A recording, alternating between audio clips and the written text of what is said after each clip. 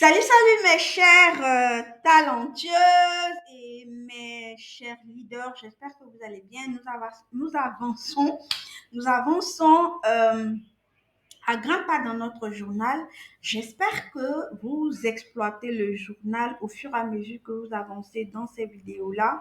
Et ça va vous permettre non seulement d'être beaucoup plus efficace, écoutez en même temps et ayez votre journal à côté de vous pendant que vous écoutez, vous faites les exercices. D'accord? Alors, dans cette partie, nous abordons la phase de réflexion. Nous sommes en train de passer à une nouvelle saison, c'est-à-dire à l'année 2025. Mais avant, nous devons rentrer dans une phase introspective. Nous devons rentrer dans une phase de réflexion, une phase de bilan sur comment nous allons aborder notre année 2025. Et cela ne peut se faire sans passer par les bilans de 2024. Qu'est-ce que nous avons appris? Qu'est-ce que nous avons vécu? Quelles ont été nos victoires? C'est très important parce que ça va nous permettre d'éviter des erreurs que nous avons commises peut-être en 2024. Et si nous arrivons à tirer les leçons de ces erreurs-là, on ne va plus le répéter. Et donc, on ne peut pas rentrer dans une nouvelle saison sans avoir fait le bilan de la saison terminée. Et donc, c'est la raison pour laquelle je vais vous inviter à prendre votre bloc-notes, à le mettre juste à côté de vous pendant que vous suivez cette vidéo-là. Parce que nous allons pour le bilan. Alors, cette page-là est dédiée à la description de comment vous abordez cet exercice. C'est clairement indiqué et tout. Et ensuite, vous avez les différentes questions qui vont suivre.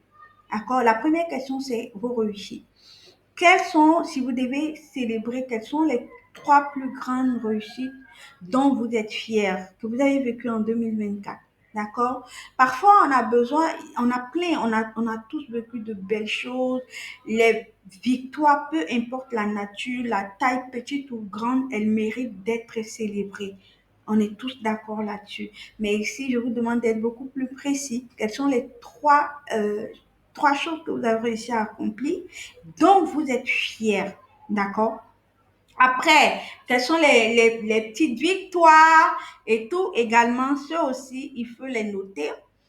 Et quelles ont été les leçons que vous avez apprises à l'issue de ces succès, à l'issue de ces victoires? Il y a toujours des leçons. Je fais quelque chose, ça s'est très bien passé, je tire une leçon. Peut-être que j'ai adopté une stratégie qui a bien fonctionné. C'est une leçon pour moi. Je note ça. Je note que j'ai utilisé cette stratégie, ça a bien fonctionné. Donc, si je le note en leçon, ça veut dire que je peux le réutiliser.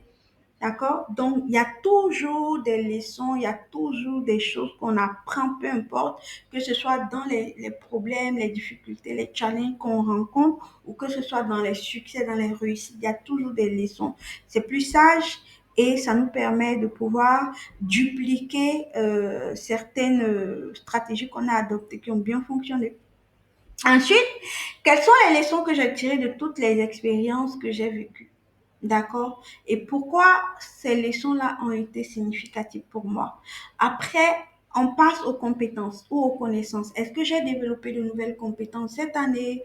Est-ce que j'ai appris le marketing digital? Est-ce que j'ai instauré des moments de lecture qui m'ont permis de découvrir de nouveaux mots, de nouvelles compétences dans les livres?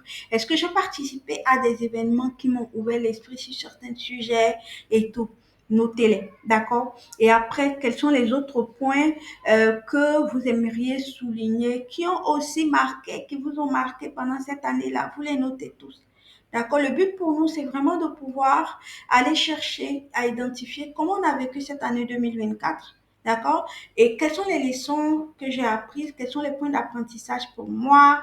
Ça va me permettre de regarder, de me dire, écoute, j'ai mal fait certaines choses, mais voici ce que ça m'a appris.